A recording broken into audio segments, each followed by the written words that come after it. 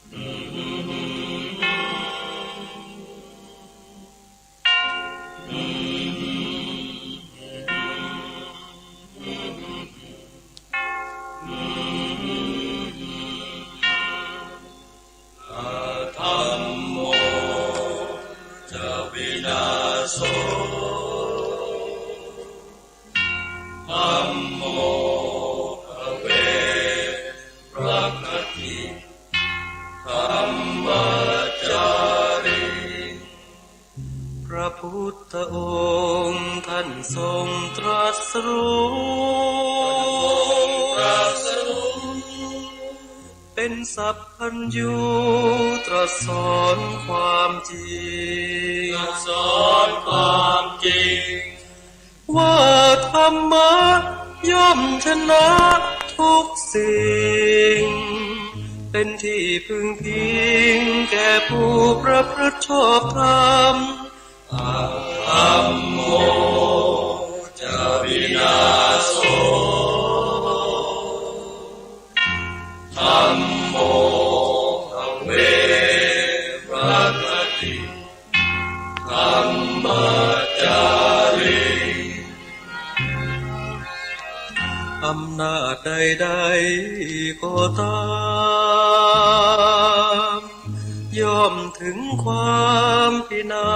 ศถ้าขาดธรรมะประจำไม่มีใครอยู่ค้ำฟ้าเราต่างเกิดมาใช้กรรมจงอยู่ในศีลในธรรมคิดทำแต่กรรมที่ดีธัมโมจะวินาโสธัมโมภเวรัคติธัมมาจาริธรรมส่องสว่างสู่ทางสุขสีคำจุนโลกนี้นิรันดร์ธัมโมจะวินาโสธัมโมภเวรัคติธัมมาจาริ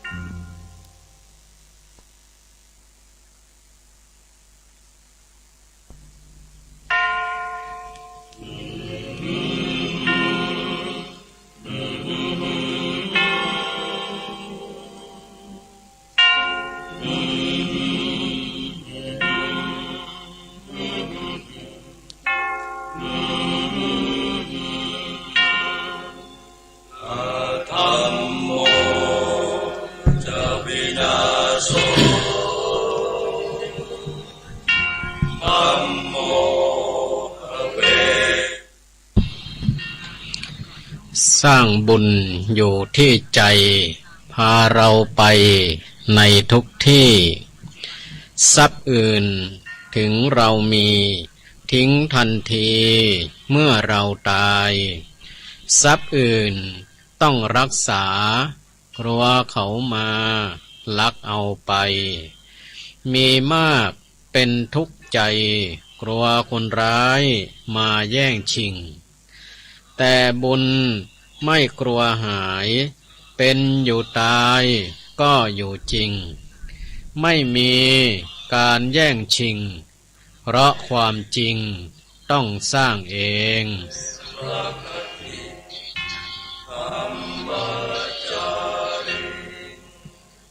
พระพุทธอ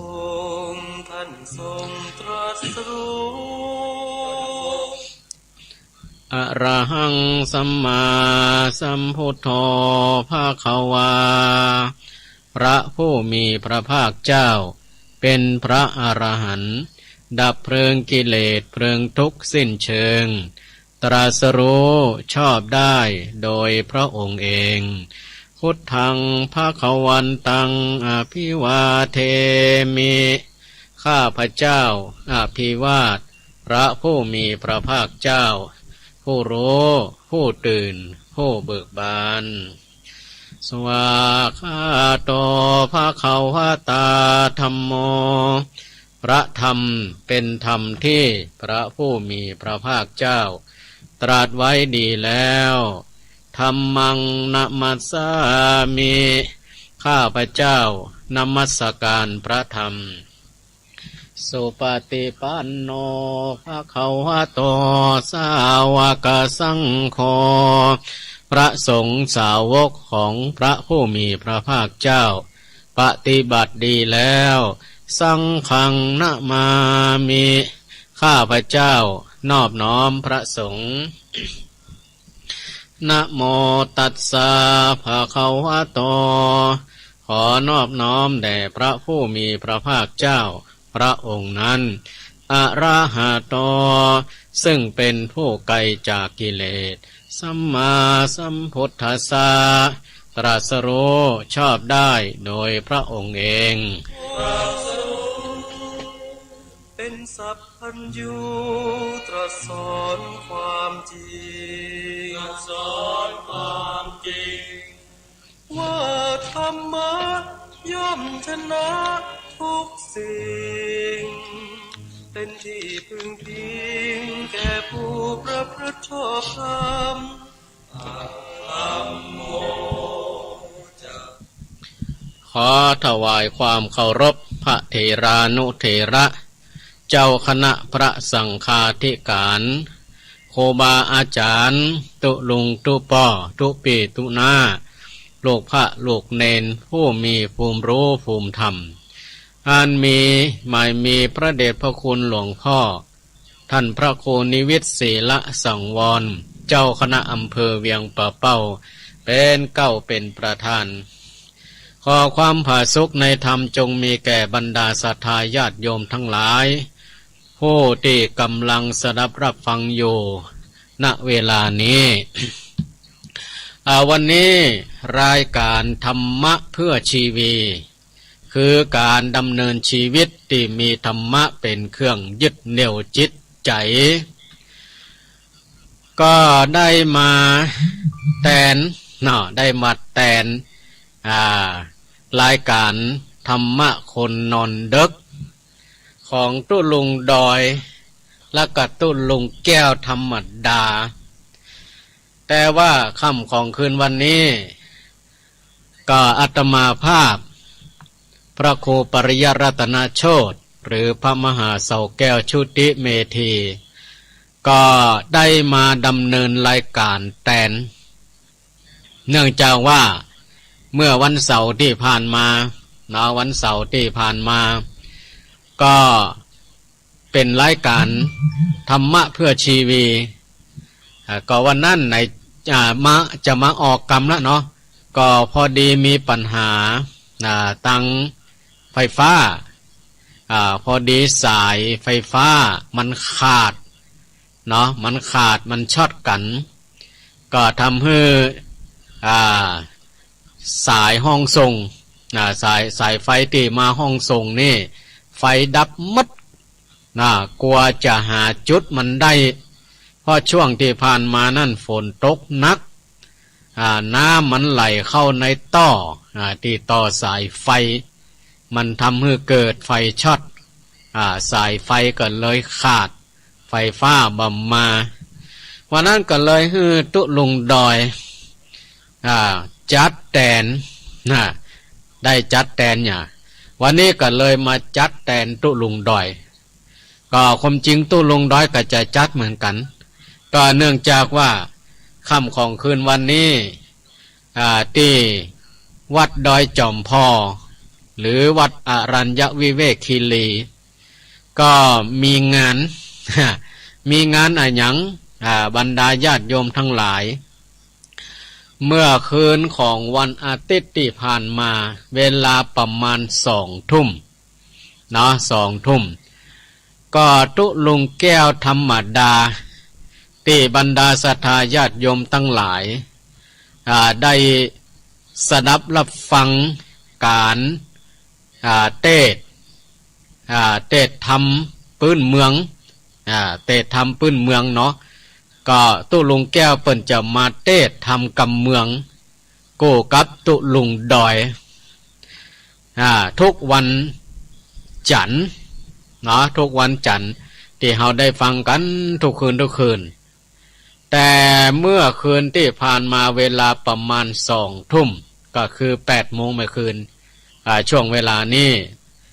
ตุลุงแก้วเปิ้นก็ได้มรณภาพลงไปเนาะได้มรณภาพลงไปที่โรงพยาบาลเวียงป่าเป้าก็โดยโรคประจำตัว ก็ตามที่บรรดาศรัทธาญาติโยมได้รับทราบกันเนาะทางสถานนี้เวลาบางครั้งบางคราวก็ได้มาออกบางครั้งก็บ่ได้มาออกตุลุงต้องออกคนเดียวนี่นะก็บรรดาญาติโยมทั้งหลายก็ตุลุงแก้วเปิ้นก็ได้มรณภาพลงไปวันนี้ก็ได้นำสรีระอันปราศจากวิญญาณคือร่างศพของตุลุงแก้วธรรมดาเอามาตั้งบำเพ็ญกุศลที่วัดอรัญญวิเวกคีรีคืนนี้ก็เป็นคืนแรกที่จะมีการสวดพระอภิธรรมและก็ฟังเทศน์ฟังธรรมกันพอดีวันนี้ก็เป็นวันจันทร์โดยตุลุงดอยก็เลยบอกว่ามหาเสาแก้วออกแตนเด้อวันนั้นตุลุงออกแตนวันนี้ตุลุงขอทำใจก่อนพ่อบ่มีกู้ตุลุงแก้วเปิ่นไปละเห็นแล้วนะมหาเสาแก้วออกแตนเด้อเนาะก็บอกว่าได้ครับผมวันนี้ผมจะมาออกแตนเนาะก็สำหรับการบำเพ็ญกุศลศพของตุลุงแก้วก็เริ่มตั้งแต่คืนนี้เนาะคืนนี้เป็นคืนแรกก็จะจนถึงวันที่คืนของวันที่9เนาะทุกคืนก็จะมีการสวดพระอภิธรรมฟังเทศน์ฟังธรรมทุกคืนนะทุกคืนตั้งแต่คืนนี้จนถึงคืนวันที่9แล้ววันที่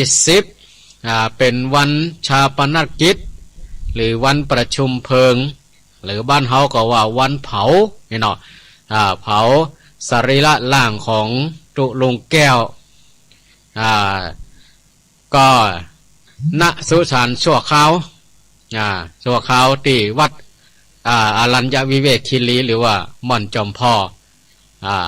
ก็อันนี้ก็ไปก็ที่ประชุมเพลิงเนาะก็วัดดอยวันที่10เนาะวันที่10ก่อนที่จะมีงานเข้าพรรษาเนี่ยเนาะเพราะว่าเรียนบักกี่วันก็จะเข้าพรรษาแล้วนะฉะนั้นก็ขอแจ้งให้กับบรรดาศรัทธาญาติโยมเด้อทุกคืนทุกคืนก็จะมีการสวดพระอภิธรรมเนาะสวดพระอภิธรรมศพของตุลุงแก้วธรรมดาตั้งแต่คืนนี้เนาะคืนนี้ก็คืนแรกคืนนี้ก็คืนแรกก็จนไปถึงวันที่9วันที่9วันเสาร์เนาะก็เป็นคืนสุดท้ายคืนสุดท้ายแล้วก็วันที่10 ก็เป็นวันชาปนกิจหรือวันประชุมเพลิงอันนี้ก็ขอแจ้งให้กับบรรดาญาติโยมทั้งหลายที่เป็นแฟนคลับของตุลุงแก้วธรรมดาเนาะเพราะว่าตอนนี้เปิ่นได้มรณภาพไปแล้วได้มรณภาพไปแล้วคงก็จะเหลือแต่ตุลุงดอยเนาะต่อไปนี่ก็จะได้มาออกรายการธรรมะคนนอนดึกตนเดียวก็ไม่รู้ว่าจะเสาะไฟไปเป็นกู้เป็นกิมวันหน้านะกูเตี้ยนั่นเหลียวหน้าเหลียวเศร้าเหลียวขวาก็มีแต่ตุลุงดอยธรรมดาตีไปออกร่วมตั้งแต่นี้ไปเนาะก็บ่มีไผละก็เหลือแต่ตุลุงแก้วเด้อบรรดาญาติโยมทั้งหลายไผว่างวันใดก็ขอเชิญเจริญปอนเด้อจะมาร่วมฟังเทศน์ฟังธรรมก็ได้ทุกคืนตั้งแต่คืนนี้จนถึงคืนวันที่9นี่ก็ขอเชิญเจริญปอนบรรดาศรัทธาญาติโยมเด้อให้ ว่างวันใดก็ขอเชิญเจริญปอนไปร่วมกันเนาะเพราะว่าตุลุงแก้วนี่ก็ถือว่าเป็นพระนักเทศน์รูปหนึ่งที่เราได้ยินได้ฟังกันเนาะก็โดยเฉพาะก็เทศน์กำเมืองโอ้เพิ่นเทศน์ม่วนเนาะ เอาฟังแล้วมันม่วนเนาะมันม่วนดีบรรดาญาติโยมทั้งหลายก็คงจะเสียดายเนาะแต่ก็ยังว่านะมัจจุราชนายเราเอาไปแน่อย่างที่ว่านะเนาะมัจจุราชนายเราเอาไปแน่บัจจ้าก่อนเลี้ยวจะต้องเอาไปแน่นอนเนาะนี่มันเป็นเรื่องธรรมดาความจริงเปิ้นจมเมื่อละตุลุงดอยนะตุลุงแก้วนะเปิ้นเข้าออกโรงพยาบาลเข้าออกโรงพยาบาลความจริงเปิ้นก็ปงสังขารเปิ้นเมื่อละจากมันเตอะถึงเวลาไปมันก็ต้องไปเนาะเปิ้นจมมาเมินละแต่เปิ้นว่าก่อนที่จะไปนั่นขอมีโอกาสได้ฉลองสมโภชพระธาตุเจ้าตีม่อนพระศรีสองเมืองหยาก่อนนี่หรอพอตั้งแต่เริ่มต้นเปิ้นก็ได้มีส่วนไปร่วมมีส่วนไปร่วมขอโอกาสเนี่ยสักกรรมนี่นะเปิ้นว่านะขอโอกาสเนี่ยสักกรรมถ้าว่าบุญบุญยังมีอยู่ขอได้ไปร่วมก็วันที่เฉลิมฉลองพระธาตุสีสองเมืองศาลาที่ประดิษฐานพระสีสองเมืองตุลุงแก้ววันนั้นเปิ้นเดินขึ้นดอยได้โดยกำลังจิตกำลังใจโดยแรงอธิษฐานทำให้เปิ้นขึ้นไปขึ้นไปปลายบ่ปอเนาะคืนนั่นเนี่ยตุลุงแก้วบอกให้ตุลุงดอยว่าคืนนี้ผมบอกปิกเด้อผมจะนอนอยู่เนี่ยไอ้หรอตุลุงดอยก็ว่าตุลุงแก้วจะนอนนี่แท้กะครับผมจะนอนเนี่ยผมบอกปิกละผมดีอกดีใจที่มีโอกาสได้มาร่วมสมโภชองค์พระธาตุเจ้าศาลาติประดิษฐานพระศรีสองเมืองสมความปรารถนาละไอ้หรอตั้งแต่นี้ไปผมจะรับจะมรณภาพไม่ได้ก็จ้างมันเตอะภูมิใจละที่ผมได้มาร่วมนี่หรอแม่คืนนั่นตุลุงดอยจะปิกตุลุงแก้วจะนอนตุลุงดอยจำเป็นจัดตินอนให้ตุลุงแก้วนะคืนนั่นนะเมื่อตุลุงแก้วต้องการอยากจะจำวัดคืนนี้ก็บ่เป็นหยังแน่หาผ้าห่มหาจัดตีนอนฮือตุลุงแก้วดีละนี่เนาะนี่แหละก็สมความปรารถนาของเปิ้นละที่ว่าเปิ้นได้ร่วมฉลองสมโภชองค์พระธาตุเจ้าสีสองเมืองก็คือพระธาตุจำลองสุเทพกับดอยตุงเนาะอันนี้ก็ ตังตุลุงดอยซึ่งก็เป็นเจ้าอาวาสตอนนี้ก็ตุลุงแก้วก็ถือว่าเป็นพระลูกวัดเนาะพระลูกวัดก็ลุงดอยก็ขอฝากประชาสัมพันธ์เชิญชวนแจ้งข่าวสารให้กับบรรดาศรัทธาญาติโยมที่เป็นญาติธรรมเกิดติดตามสดับรับฟังรายการของตุลุงแก้วกับตุลุงดอยนะตอนนี้ก็ตุลุงแก้วเปิ่นได้มรณภาพไปแล้ว ก็บรรดาศรัทธาญาติโยมที่เป็นญาติธรรมมีโอกาสก็เจริญปอนเด้อตั้งแต่วันที่4ถึงวันที่10เนาะวัน10วันอาทิตย์ก็เป็นวันชาปนกิจวันประชุมเพลิงสรีระล่างอันปราศจากวิญญาณของตุลุงแก้วอันนี้ก็ขอเจริญปอนบรรดาศรัทธาญาติโยมเด้อ ว่างวันใดก็ขึ้นไปได้แล้วก็ขออนุญาตแจ้งข่าวสารประชาสัมพันธ์ในวันที่6เนาะวันที่6กรกฎาคมก็คือวันพุธก็เวลา 13:00 น.อันนี้ก็ตั้งผู้อำนวยการทางสถานีก็คือท่านพระครูอภิวัฒนวิกรมหรือพระอาจารย์บรรยงเปิ่นได้แจ้งมาว่าขอนิมนต์พระสงฆ์ที่จัดรายการขึ้นเครือข่ายขึ้นสีขาวทุกสถานีทุกรูปทุกตนทุกองค์แล้วก็ขอเชิญชวนญาติโยมทุกท่านได้ร่วมพิธีบำเพ็ญกุศลร่วมเป็นเจ้าภาพเทศน์และสวดพระอภิธรรมงานศพของตุลุงแก้ววัดพระธาตุม่อนจอมพอตำบลเวียงอำเภอเวียงป่าเป้าจังหวัดเชียงรายในวันที่6กรกฎาคมก็ตั้ง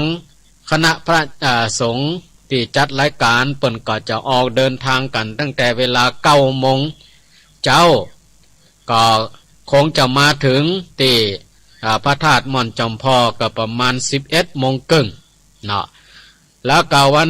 เวลา 13:00 น.ก็จะมีการร่วมทำบุญสวดพระอภิธรรมแล้วก็เทศน์เวลา 14:00 น.ก็เดินทางกลับอันนี้ก็ขอแจ้งเนาะนิมนต์พระสงฆ์ที่จัดรายการเครือข่ายขึ้นสีขาวทุกสถานีเด้อตลอดถึงบรรดาศรัทธาญาติโยมถ้าบ่ติดธุระที่ไหนก็ขอเชิญเจริญปอนเนาะวันนั้นก็จะมีครูบาอาจารย์พระนักจัดรายการเพิ่นจะได้มาร่วมเป็นเจ้าภาพสวดพระอภิธรรมแล้วก็เจ้าภาพเทศน์ก็ขอเชิญชวนบรรดาศรัทธาญาติโยมเด้อเวลาบ่ายโมงเนาะเวลาบ่ายโมงของวันที่6เดือนกรกฎาคมพุทธศักราช 2565นี่ก็ขอเชิญเจริญปอนเด้อแล้วอีกงานหนึ่งอันนี้ก็ขอแจ้งงานข่าวสารของคณะสงฆ์โดยการนำของพระเดชพระคุณหลวงพ่อท่านพระครูนิวิตศรีละสังวรเจ้าคณะอำเภอเวียงป่าเป้าแล้วก็ตั้งนอกก็หมายมีท่านนายอำเภอเวียงป่าเป้าพร้อมกับหัวหน้างานหัวหน้าส่วนราชการศรัทธาประชาชนเทศบาลอบต.แก่บ้านกำนันก็ปีนี้เขาจะมีการรอเทียนพรรษาที่จะเอาไปถวายให้กับวัดสำนักสงฆ์ที่พักสงฆ์ในอำเภอเวียงป่าเป้าประมาณ50 กว่าวัดที่พักสงฆ์ของอำเภอเวียงป่าเป้าซึ่งตามที่เขาได้กำหนดกันไว้เนาะได้กำหนดกันไว้โดยเฉพาะในอำเภอเวียงป่าเป้านี่เขาก็ทำมาเป็นเวลาหลายปี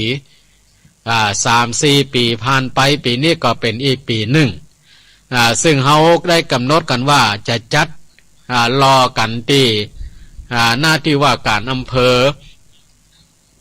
เนาะที่แรกก็โอ้กันว่าเขาจะไปรอกันที่หั่นนะก็พอดีตอนนี้ก็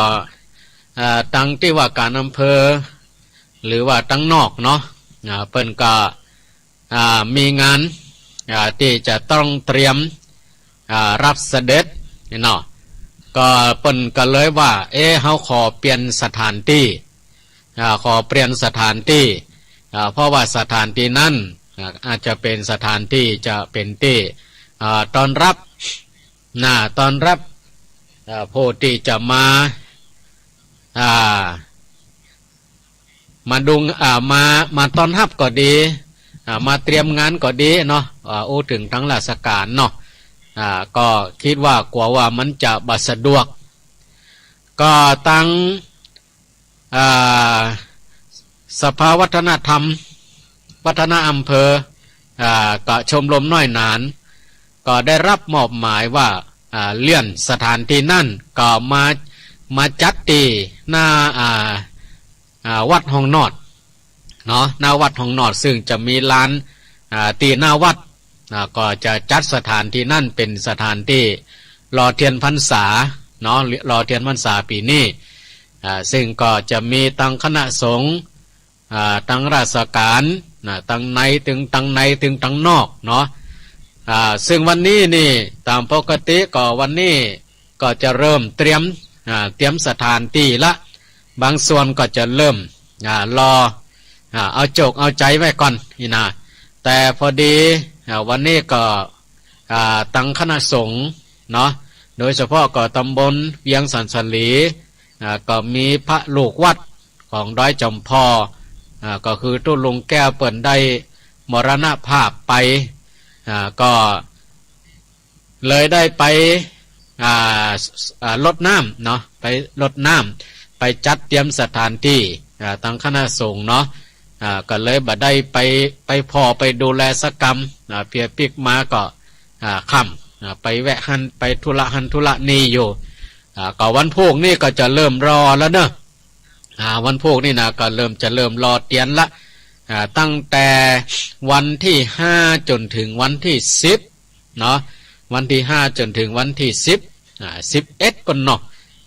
จนถึงวันที่11ปุ่นรอเตียนที่หน้าวัดหนองนอดเด้อเพราะฉะนั้นก็ตั้งแต่วันพวกนี่ก็ขอเจริญปอนบรรดาศรัทธาญาติโยมทั้งหลายก็ไปร่วมกันเนาะถ้าใครมีขี้เตียนก็เอาขี้เตียนไปร่วมนะไปร่วมอนุโมทนาไปร่วมกันรอถ้าว่าท่านบ่มีขี้เตียนขี้หยังก็ตั้งผู้จัดทำก็จะได้บริการให้ท่านให้ท่านไปปูจาเอาเตียนที่หั่นแล้วก็เอาไปรอเอาไปรอกันจะเริ่มกันตั้งแต่วันพรุ่งนี้เป็นต้นไปเนาะเขาจะได้เริ่มรอแล้วเด้อฉะนั้นก็ขอเจริญปอนบรรดาศรัทธาญาติโยมเด้อไผว่างเวลาใดก็เจิญได้เนาะเจิญได้ตลอดวันตลอดวันตั้งแต่เวลาประมาณ8 โมงเจ้าจนถึงเวลา4-5 โมงเย็นเนาะถ้าเต็มจะรอวันละกี่เล่มเนาะก็คงจะมาได้รอมดกำเดียวรอมดกำเดียว50-60 เล่มเนี่ยนะบางทีอาจจะรอวัน9 เล่ม10 เล่มก็เอาปีมว่าเนาะเพราะฉะนั้นก็ถ้าไผว่างก็เจริญปอนเด้อบรรดาศรัทธาญาติโยมนะปีนี้เขาจะมีการรอเทียนพรรษาอยู่เด้อแล้วก็ในวันที่12เนาะ12อันนี้เขาก็จะได้นิมนต์เจ้าคณะตำบลเจ้าคณะอำเภอรองเจ้าคณะอำเภอเจ้าคณะตำบลทุกตำบลก็จะได้ไปเจริญพุทธมนต์แล้วก็จะได้เปิดเป็นพิธีการแล้วก็จะได้ถวายมอบเตียนฮือกับแก่บ้านกำนันเพื่อเอานำไปถวายแต่ละวัดแล้วก็ที่พักสงฆ์สำนักสงฆ์ในอำเภอเวียงป่าเป้าทุกวัดทุกสำนักสงฆ์ทุกที่พักสงฆ์ก็ รวมแล้วก็ประมาณ6-70กว่าวัดฉะนั้นเขาก็จะได้รอกันเด้อก็ขอเชิญเจริญปอนส่วนที่อื่นอันนั้นเขาก็ก้อยฟังข่าวสารจากผู้อำนวยการสถานีเนาะเขาก้อยฟังครูบาอาจารย์เพิ่นจะแจ้งให้กันว่าแล้วก็ตั้งชมรมขึ้นสีขาวล้อปีนี้เขาจะไปทำที่ไหนไปญาติไหนจะมีการลอกมีการต้านก็คงจะมีอยู่เนาะแต่บางทีอาจจะเปลี่ยนรูปแบบเนาะกูปีหลายปีที่ผ่านมานั่นเขาบ่ได้ทำบ่ได้เนี่ยเนื่องจากว่าสถานการณ์โควิดก็เลยหยุดกันปีนี้ก็คิดว่าก็ทำกันได้อยู่เนาะเพราะฉะนั้นก็ขอแจ้งข่าวสารให้กับบรรดาศรัทธาญาติโยมเด้อได้ยินได้ทราบกันเอาละวันนี้ก็เป็นวันจันทร์ที่4เดือนกรกฎาคมพุทธศักราช2565ซึ่งก็ตรงกับคืน6ค่ำเดือน10เหนือเดือน8ใต้ วันนี้รายการธรรมะเพื่อชีวีคือการดำเนินชีวิตที่มีธรรมะเป็นเครื่องยึดเหนี่ยวจิตใจก็ได้มาดำเนินรายการตั้งสถานีวิทยุคลื่นสีขาวเพื่อชาวประชาประมาณ20 กว่าสถานีโดยเฉพาะก็คืนนี้ก็มีสถานีวิทยุดอยหมอกเรดิโอ 103.50 เมกะเฮิรตซ์โดยทีมงานของคุณโยมดารุณีแล้วก็สถานีวิทยุคนฟ้าเดียวกัน FM 99.75 เมกะเฮิรตซ์โดยคุณโยมธนัทวรัญชัตนพลังกรผู้อำนวยการสถานีซึ่งตั้งอยู่ที่บ้านดงลายหน้าหมู่7ตำบลเวียงอำเภอเวียงอำเปาจังหวัดเชียงรายก็ได้ถวายเวลาให้วันจันทร์กับวันเสาร์เนาะตั้งแต่เวลา20 ทุ่มจนถึงเวลา4 ทุ่มเนาะอันนี้ก็ต้องขอบคุณและอนุโมทนาพร้อมกันนั้นก็มีสถานีอีกหลายๆสถานีเนาะที่ได้ก็เอาสัญญาณนี่ไปเอาละบรรดาญาติโยมทั้งหลาย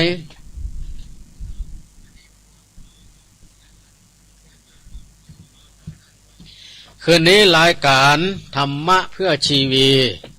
คือการดำเนินชีวิตที่มีธรรมะเป็นเครื่องยึดเหนี่ยวจิตใจก็คืนนี้จะได้เสนอหัวข้อธรรมะเรื่องความหลงเรื่องความหลงเพื่อเป็นการเพิ่มพูนสติปัญญาศรัทธาความเชื่อปัสสาทะคือความเลี่ยมใสฮือมันยิ่งขึ้นไปรายการธรรมะประยุกต์ที่จะได้นำเสนอให้กับบรรดาศรัทธาญาติโยมทั้งหลายฟังกันในค่ำของคืนวันนี้จะได้มาอู้ถึงเรื่องความหลงมันเป็นอย่างใดความหลงต่างเสียเวลาหลงติดยาหมดความสำคัญหลงการพนันหมดตัว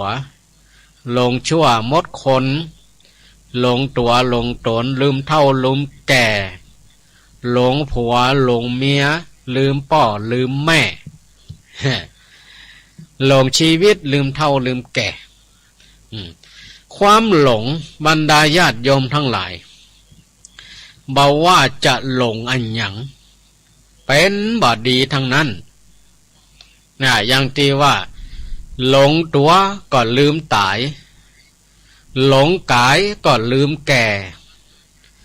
หลงเมียก็ลืมพ่อลืมแม่หลงตอแย้ก็ถูกด่าหลงติดยาก็เสียอนาคตหลงพูดปดก็เสียวาจาหลงเล่นมากก็ยากจนหลงก้นก็เสียหู้หลงโฉมตรูก็เสียเงินหลงเพลิดเพลินก็เสียเวลาหลงริษยาก็เสียมิตร หลงผิดก็ทำพลาดหลงฉลาดก็ท่านนงตนบรรดาญาติโยมทั้งหลายตีโอมานี่ก็เป็นตัวอย่างเพียงเล็กๆน้อยๆแต่อันคำว่าหลงนี่นะเนาะโอถึงหลงนี่มันเป็นอย่างใดบรรดาญาติโยมทั้งหลายไผเกยหลงป่าพ่องไผเกยหลงป่าพ่องอย่างเช่นว่าไปซ่อเห็ดถอบไปซ่อเห็ดดินไปซ่อหน่อไม้ก้มเงยนี่นะก้มเงยพอได้สกรรมหลงหลงบ่ฮู้ว่าตั้งใต้ตั้งเหนือวันตกวันออกก็เดินไปวนมาอยู่ต่ำโมเนี่ยไปตั้งเหนือความหู้ซึกก็หาว่าไปตั้งใต้ไปตั้งวันตกความหู้ซึกก็บอกว่าไปวันออกท่านคนจะหลงเนาะหรือบางคนขี่รถขี่ไปหลงติดรถไปตั้งเหนือความหู้ซึกก็หาว่ารถไปตั้งใต้มันถึงเกิดบอกออกว่ามันไปตั้งใต้ว่าไปตั้งเหนือท่านทั้งหลายเคยหลงก่อนนี่หลงเมารถหลงรถนี่นะเมารถนี่คือเมาหัวเนาะแต่ถ้าหลงนี่มันบ่ฮู้จักทิศจักทางความรู้สึกมันกลับกันอย่างที่ว่าบางคนนี่หลงป่าเดินไปทางวันออกความรู้สึกก็หาว่าไปทางวันตกว่าบ้านนี่อยู่ทางวันตกก็เดินไปติ๊กไปปะเปิ้นไปถามเปิ้นก็บอกว่าบ้านนั่นบ้านนี่ไปทางใดหาเปิ้นก็บอกว่าโหมาอย่างทางนี้หมู่บ้านนั่นมันก็อยู่ทางวันตกกะนี่หรอบัดเดียวนี่เฮานี่อ้ายเนี่ยป่อเนี่ยเดินมาทางวันออกเด้อก็ยังเถียงเปิ้นเนี่ยบางคนยังเถียงเปิ้นเขาบ่ใจกายเนาะบ้านเขาก็อยู่ตะวันตกบัดเดียวเขาก็มาเดินตะวันตกเปิ้นก็บอกว่าบ่ใจนะบัดเดียวนี่อ้ายเดินมาตะวันออกนะบ่ใจตะวันตกนะนี่เนาะก็ยังเถียงเปิ้นอยู่นะบางคนหลงเดินเข้าบ้านตัวเก่ากายหมู่บ้านตัวเก่าก็ยังบ่ฮู้สึกว่าเป็นหมู่บ้านตัวเก่าเกิดอยู่ห้านว่าอันนี้มันเป็นบ้านอันหยังเนี่ยเป็นบ้านอันหยังกับแปลกเกิดหันบ้านหลังนั่นทั้งที่เคยหันก็ว่าคุ้นอยู่นะอันนี้บ้านไผ่ฮะเห็นแล้วเหมือนกับบ้านไผ่ฮะเนี่ยมันเกิดบอกออกเนี่ยมันหลงเนี่ยบรรดาอย่างไรอันเปิดถึงว่าหลงตั้งเสียเวลาบางคนหลงข้ามวันข้ามคืนก็ยังมีนะเนาะหลงข้ามวันข้ามคืนเดินไปเอาหน้าเป็นไปเอาหน้าเป็นไปโดยบอกหู้ซึกตัวว่าไปทางใดไปทางใดเพราะฉะนั้นบรรดาญาติโยมทั้งหลายถ้าเฮาหลงนี่นะเฮาลองพอพระอาทิตย์เนาะลองพอพระอาทิตย์มันขึ้นตะวันออกแล้วก็มันตกทางด้านทิศตะวันตกถ้าไม่คืนก็พอพระจันทร์นี่ถ้ามันออกใหม่ๆเนาะตั้งแต่ออก1 ค่ำ 2 ค่ำนี่จะออกตะวันตกก่อนเนาะออกตะวันตกก่อนก็จนถึงป่ะน่ะ15 ค่ำถ้า15 ค่ำนี่ก็จะเริ่มบ่ายมาตั้งตะวันออกบ่ายมาตรงตะวันออกแต่ถ้าเดือนแหมแหม1 ค่ำ 2 ค่ำนี่พระจันทร์จะออกตะวันออกแล้วก็ไปตกตะวันตกอันนี้ถ้าเฮาหลงเนาะเฮาหลงก็พอว่า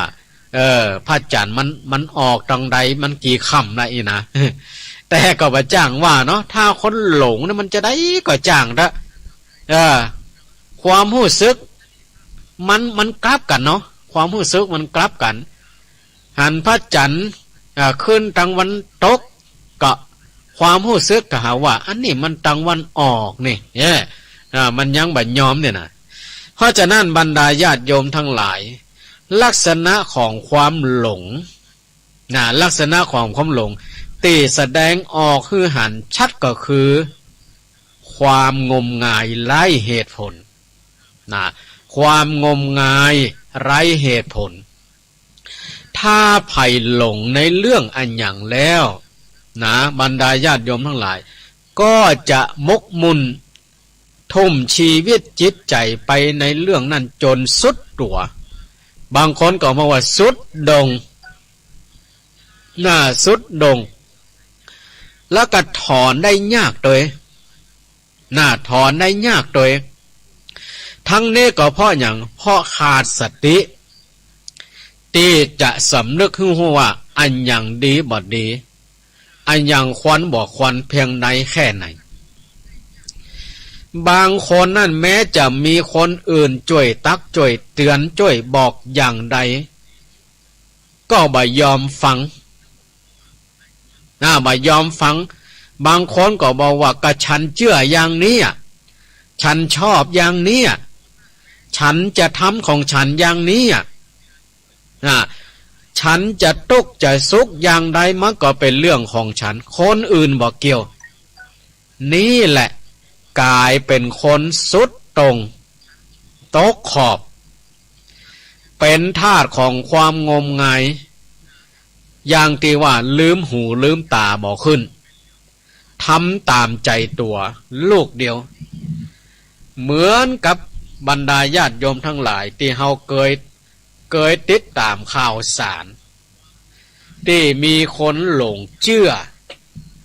หลงเชื่อไผก็ท่านทั้งหลายก็เคยติดตามข่าวเนาะติดตามข่าว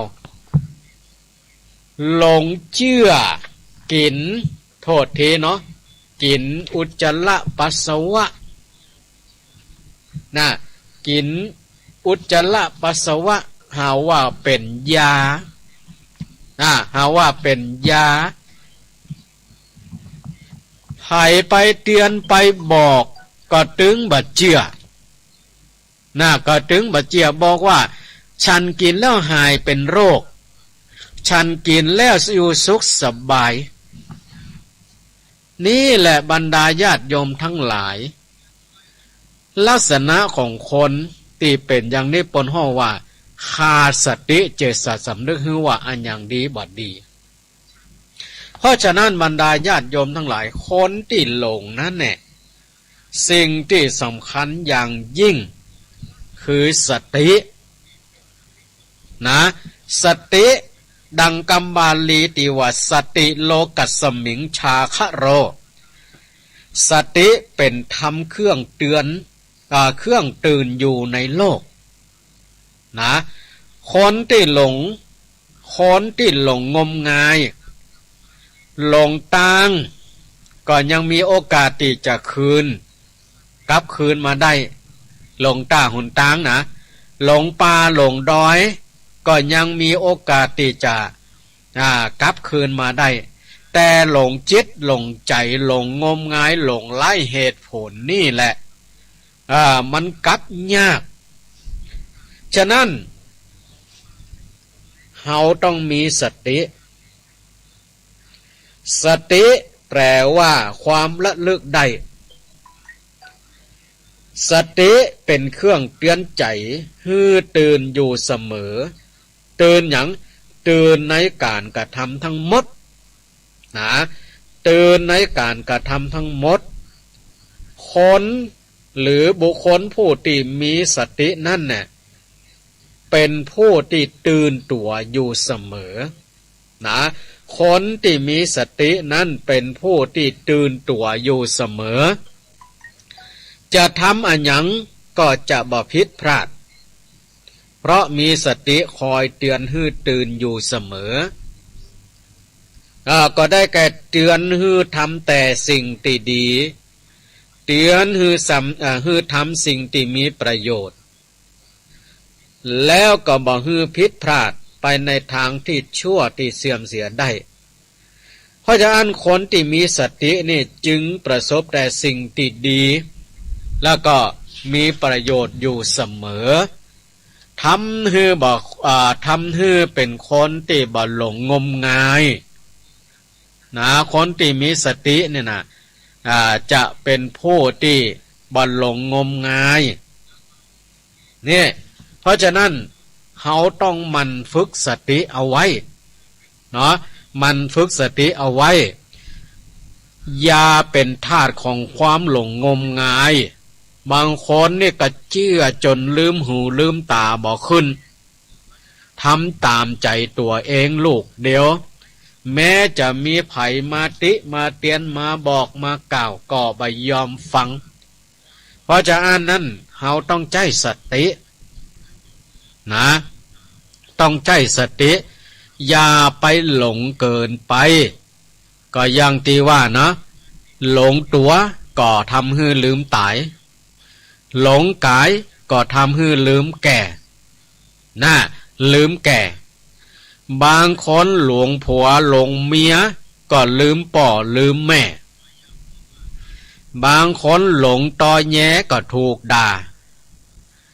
บางคนก็หลงติดยาก็ทำให้เสียอนาคตบางคนหลงพูดเท็จพูดส่อเสียดพูดคำหยาบก็ทำให้เสียวาจาบางคนนั่นหลงเล่นมากก็ทำให้ยากจนบางคนนั่นหลงกลหลงกลก็ทำให้เสียหูโดนกลมายาจนลุ่มหลงบางคนนี่ไปหลงอะไรอย่างหลงโฉมตรูโฉมตรูก็ทำให้เสียเงินนี่หรอสมตรูก็ทำให้เสียเงินบางคนก็หลงเพลิดเพลินหลงม่วนหลงเพลินหลงสนุกสนานก็ทำให้เสียเวลาบางคนหลงริษยาก็ทำให้เสียมิตรบางคนก็หลงพิษก็ทำให้พลาดแม้แต่หลงฉลาดบางคนคิดว่าตัวเองฉลาดตัวเองหู้ตัวเองมีประสบการณ์ก็ทำให้ทะนงตัวว่าตัวเองฉลาดอันนี้ก็ยังบ่ดีเหมือนกันนะหลงฉลาดก็ทำให้ทะนงตัวโดยเหตุที่ความหลงนั้นมันถอนตัวได้ยากอย่างนี้ทางธรรมะจึงเปรียบเทียบคนหลงงมงายกับเหมือนกับคนตาบอดนะทางธรรมะนั่นเปรียบคนหลงงมงายนั่นเหมือนกับคนตาบอดนั่นก็คือคนตาบอดนั่นมองบ่หันสิ่งต่างๆตามเหตุผลที่ควรจะเป็นมีปัญญาก็เหมือนกับบ่มีความรู้ก็เอาตัวบ่รอดเพราะจะอ่านผู้ที่หวังความเจริญก้าวหน้าในชีวิต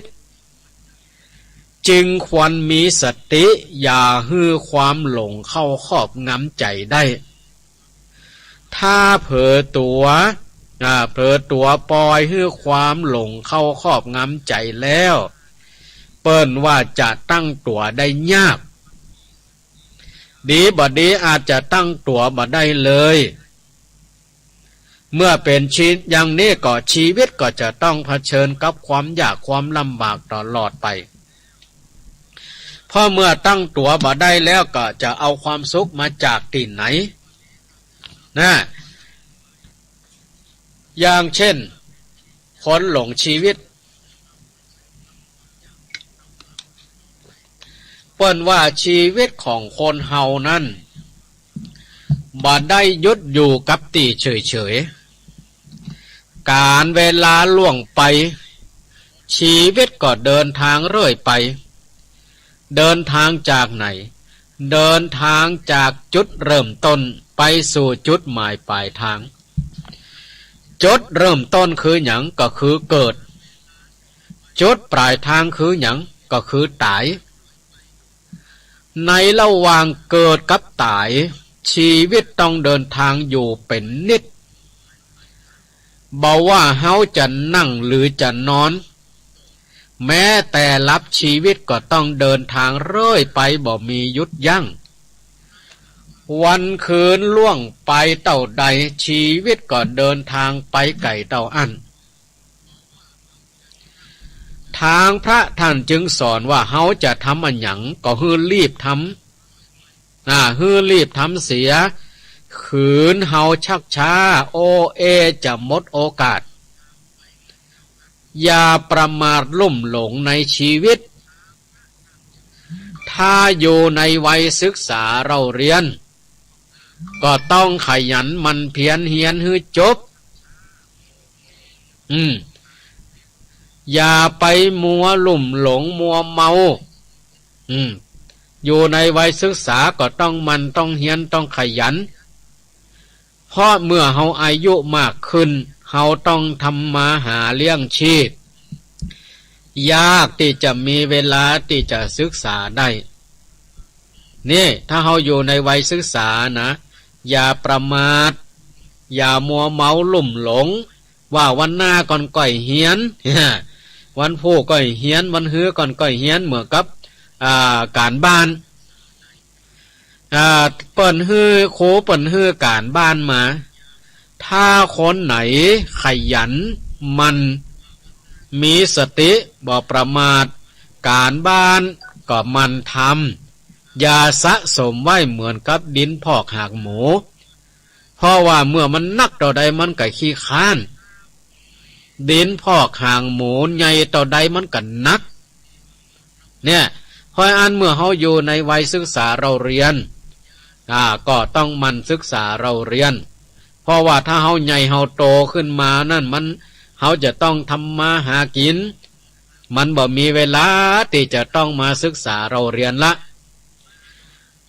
และเมื่อไผ่อยู่ในวัยก่อร่างสร้างตัวก็ต้องบากบั่นสร้างเนื้อสร้างตัวให้มีหลักมีฐานเพราะเมื่อเฮาอายุเข้าวัยชราแล้วหมดเรี่ยวหมดแรงยากที่จะสร้างตัวให้เป็นปึกแผ่นได้นะเมื่อไผ่อยู่ในวัยที่สร้างเนื้อสร้างตัวอย่าไปมัวรุ่มหลง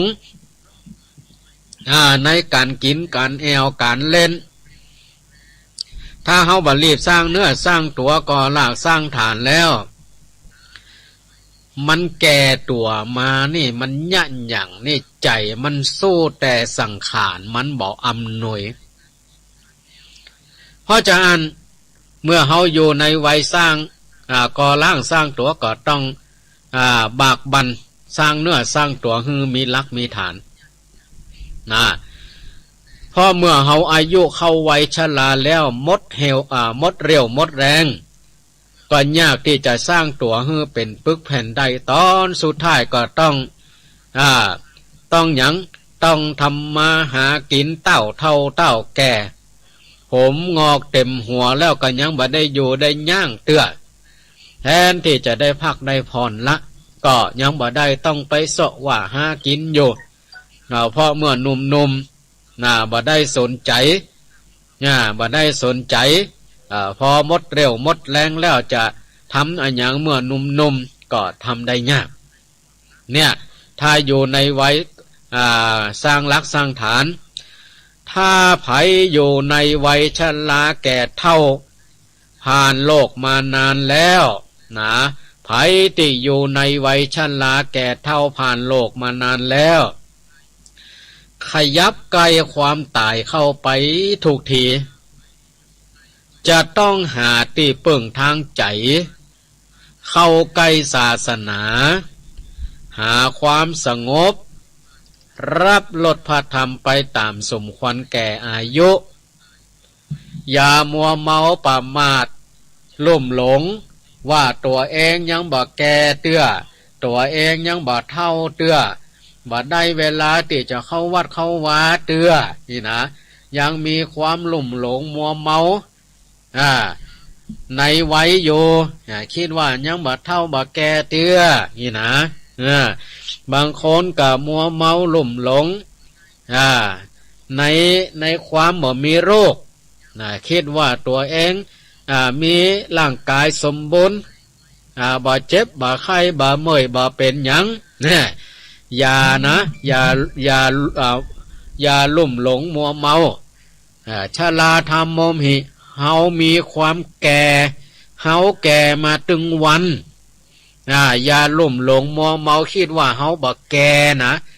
เฮาเดินทางไปเดินทางจา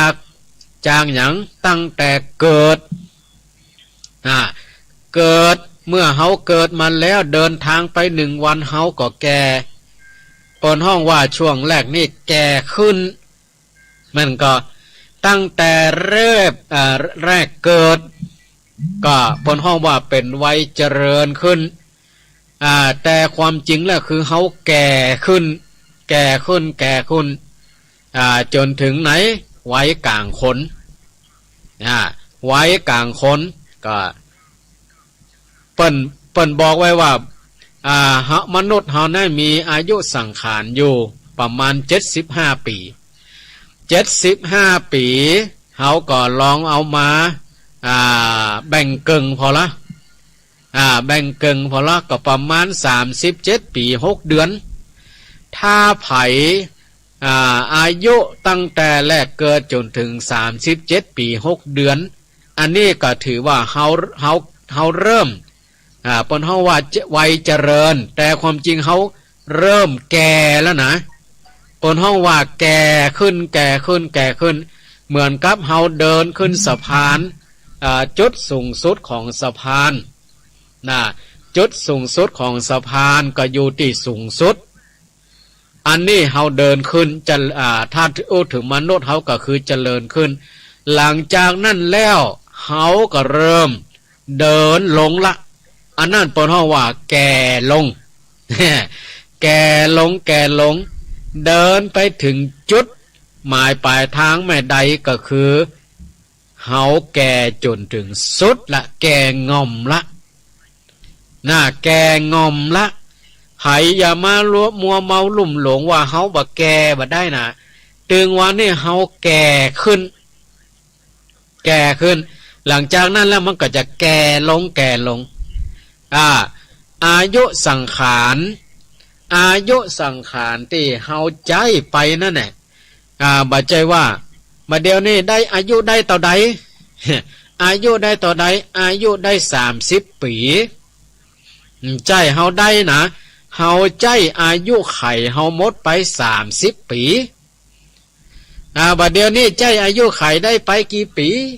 เฮาต้องถามตัวเก่าเจหรือเฮาจะถามไปโอ้บัดเดี๋ยวนี้ใจอายุไขได้ไปกี่ปีเนี่ย